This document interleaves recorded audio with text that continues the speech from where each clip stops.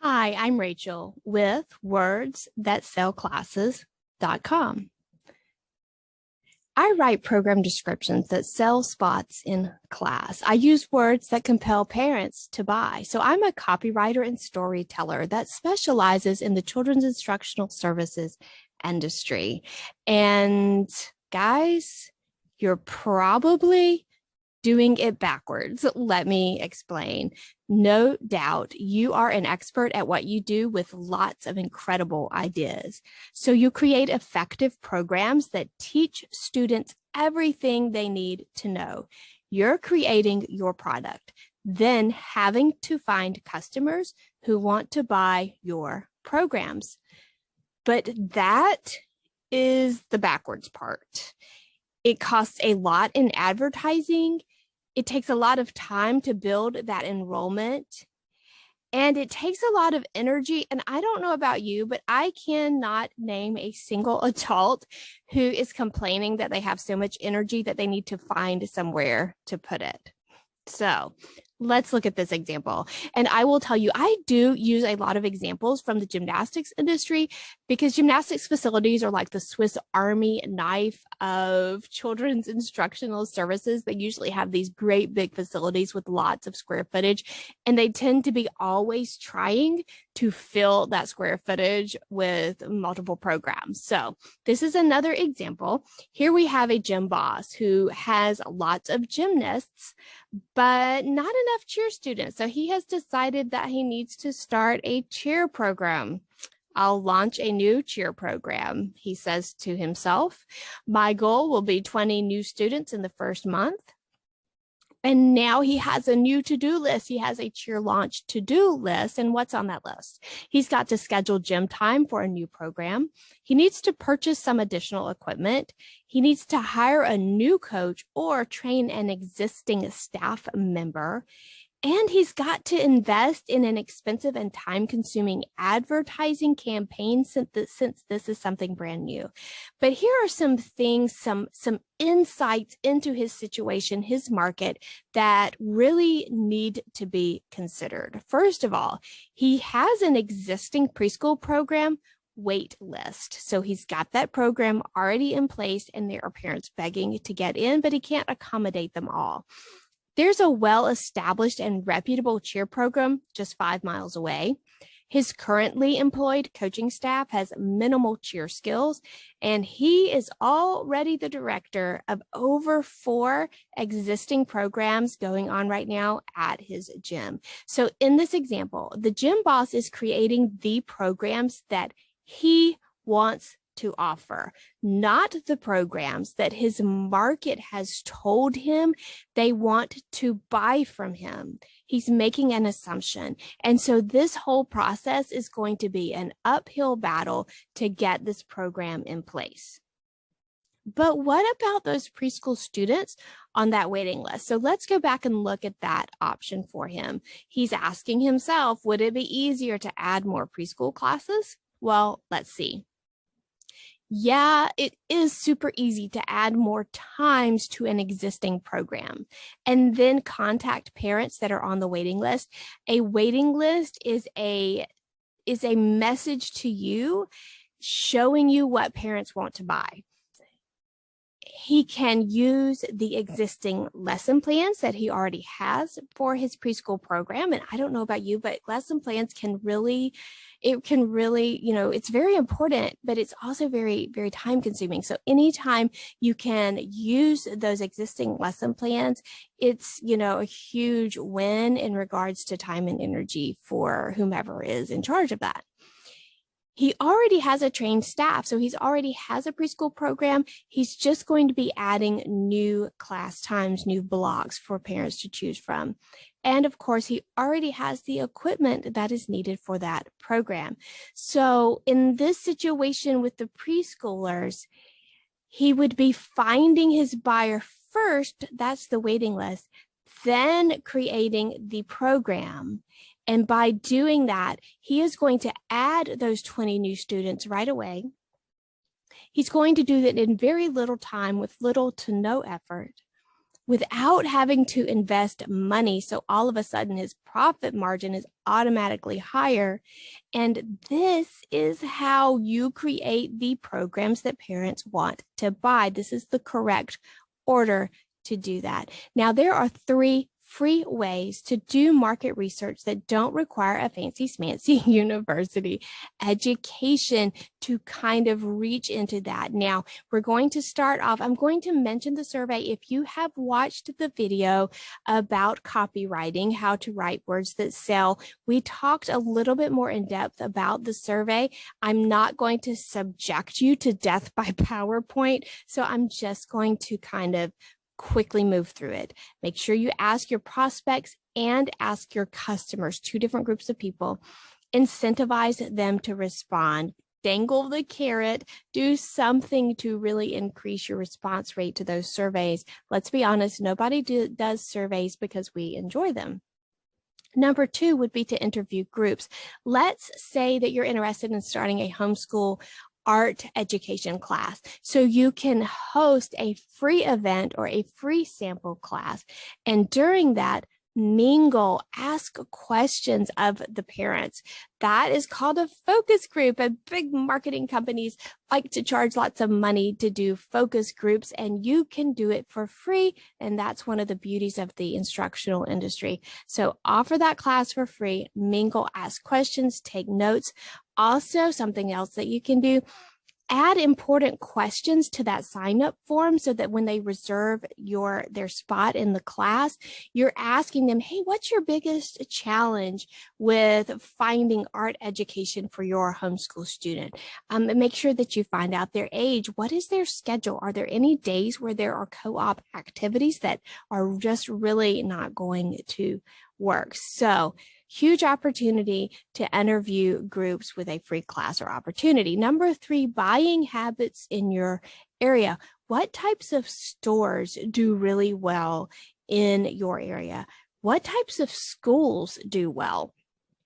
Is it the general consensus that public school works really well for families in your community? Or do you see that the Montessori school is busting at the seams and growing every year and adding grades?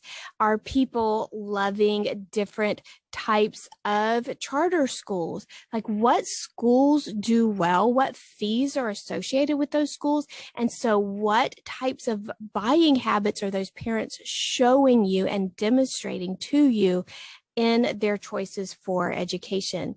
Now, this information is going to help you decide between a high volume, medium quality program with a more affordable tuition rate versus a limited enrollment, high quality program that has all the bells and whistles. Because these 2 different programs, yes, they are both beneficial to the kids, but these are very different fee structures, very, very different programs in terms of the development of those and also how you sell them.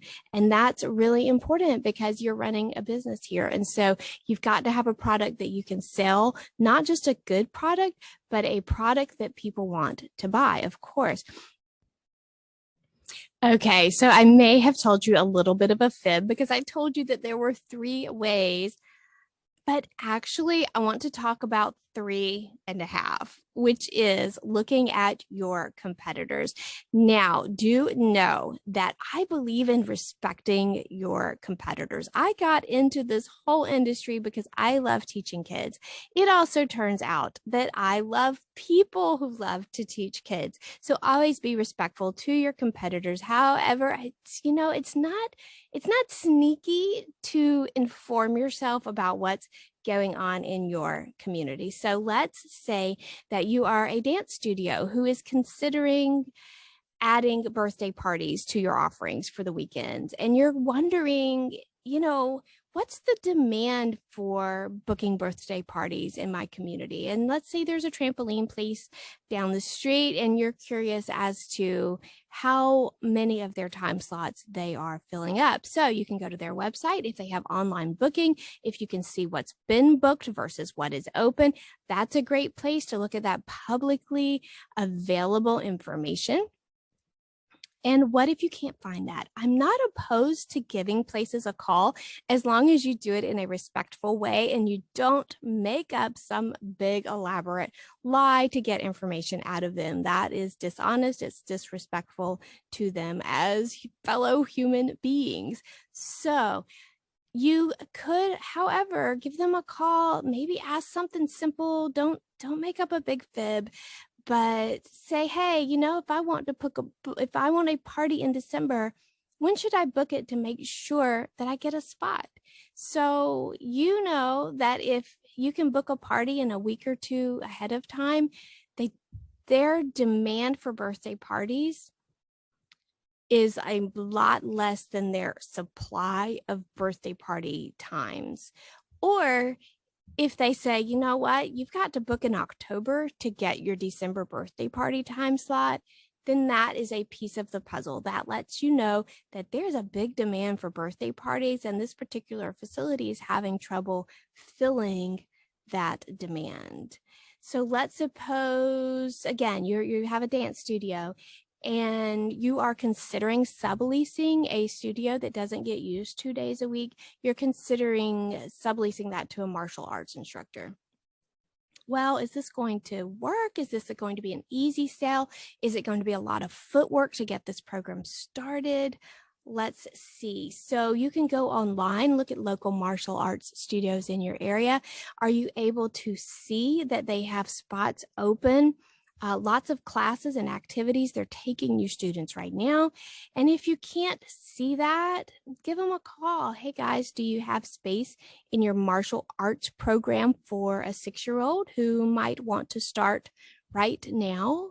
And that's going to give you an idea of, yes, we do have space available, or we have limited space available, or you know what, we're completely full. And so our next availability is probably going to be 3 months from now. So that is just a little bit of market research that you can do with your competitors. But I always want to encourage you to do it in a respectful way. You can go online, look at social media. Are there homeschool Facebook groups that are thriving in your area?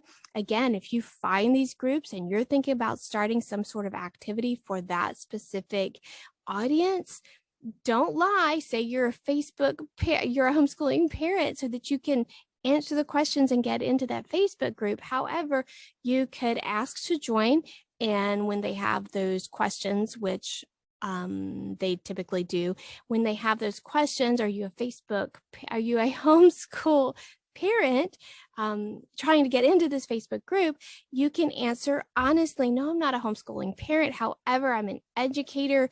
I have a master's degree in art education, and I would love to offer art education at an affordable rate to your group, and I would like to chat with you and also be respectful of your group requirements. So find a way to not be sneaky and creepy, but look into these Facebook groups, these social media hangout places, and in a respectful way, reach out and do some market research on your own. So the practice of finding your buyer before you create your product will create a financially sound business. It's going to save you so much time, so much energy, so much money. I strongly, strongly recommend it. And that's it for this video. So now you have a new perspective that I hope will help you create programs, specifically the programs that parents want to buy, so that you are not out there chasing customers. Rather, you are attracting those customers in because they naturally want what you're offering. Also, feel free to send me questions, Rachel@wordsthatsellclasses.com, or you go run your studio and hire me to take care of all of those things with words for you. All right, guys, thanks so much. I appreciate you watching, and I hope to see you in the next video. Bye now.